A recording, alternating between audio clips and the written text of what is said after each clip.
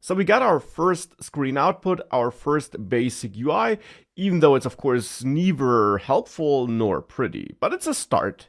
We achieved this by combining the Material app and text widgets and passing that widget combination in the end to Material app. Now you might notice that there are some blue squiggly lines below that code. Now in Visual Studio Code, blue squiggly lines, as we have them here, mean that there isn't an error, but there is some improvement potential. The code is not optimal or it does something that should be changed. And you can hover over the code that has these squiggly lines to learn more about the problem. And if you scroll down in that info box, because the messages are always at the bottom, you see that here the recommendation is that we should use const with the constructor to improve performance. Whatever const is. Well, we can get rid of these blue squiggly lines by adding const in front of Material app.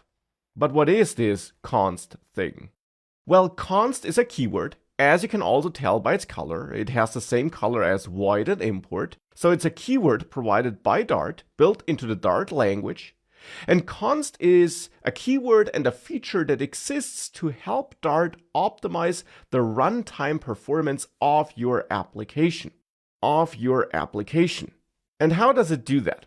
Well, if you mark something as const, let's say a text widget that you're using in your app, then this text widget will be stored internally in the memory of the device on which the app runs. And that will always be the case, no matter if you use const or not. Once your code executes, the things that are created by your code, the widgets for example, will be stored in the device memory. But with const, when you then use that same widget with the same text a second time in the app, that existing memory thing will be reused instead of a second memory object being created. So therefore, using const allows Dart to reuse values that are indeed equal and avoids the duplication of data in memory, hence making your app more memory efficient and improving overall performance. Of course, behind the scenes, things are a bit more complex, but that is in a nutshell what's happening. And that's why you should always add const when prompted for it. Now, the good thing is, you don't need to learn by heart in front of which widgets you should add const, for example. Instead, your code editor will simply tell you by adding these blue squiggly lines here. And then you should indeed add const.